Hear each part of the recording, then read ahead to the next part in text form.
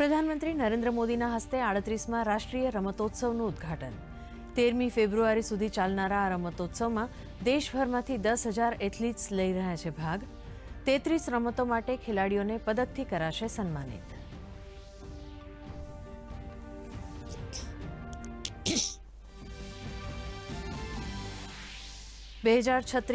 ઓલિમ્પિકમાં યજમાની કરવા માટે ભારતના મજબૂત પ્રયાસ।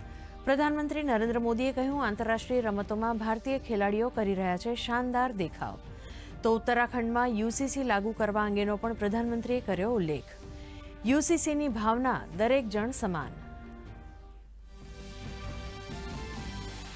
આગામી મહિને ભારતમાં પ્રથમવાર યોજાશે વૈશ્વિક સ્તરની ઓડિયો વિઝ્યુઅલ સમિટ। ઓડિશા ખાતેની કોન્ક્લેવમાંથી પ્રધાનમંત્રી નરેન્દ્ર મોદીની જાહેરાત। કહ્યું, દેશની સર્જનાત્મક શક્તિને મળશે વૈશ્વિક મંચ।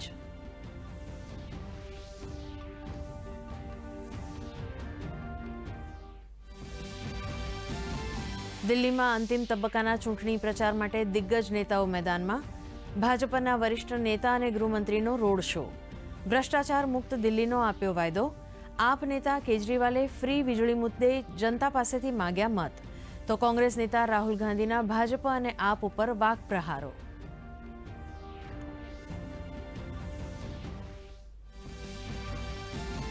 મૌની અમાવસ્યાની પૂર્વ સંધ્યાએ પ્રયાગરાજના મહાકુંભમાં ભક્તોનું ઘોડાપૂર। અયોધ્યામાં ભારે ભીડને પગલે જિલ્લાના આસપાસથી આવતા શ્રદ્ધાળુઓને 15થી 20 દિવસ પછી આવવા માટે મંદિર ટ્રસ્ટનો અનુરોધ।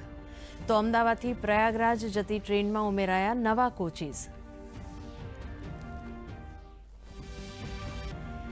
31મી જાન્યુઆરીથી શરૂ થશે બજેટ સત્ર। સંસદના બંને સત્રોને સંબોધિત કરશે રાષ્ટ્રપતિ દ્રૌપદી મુર્મુ।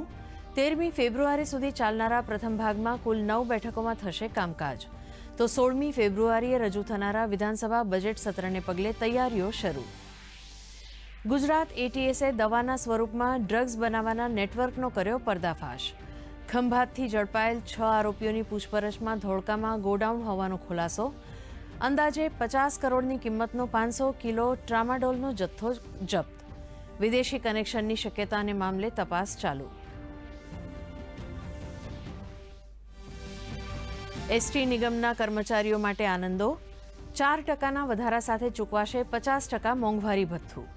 એરિયર્સની ચૂકવણી કરવાનો પણ રાજ્ય સરકારનો નિર્ણય।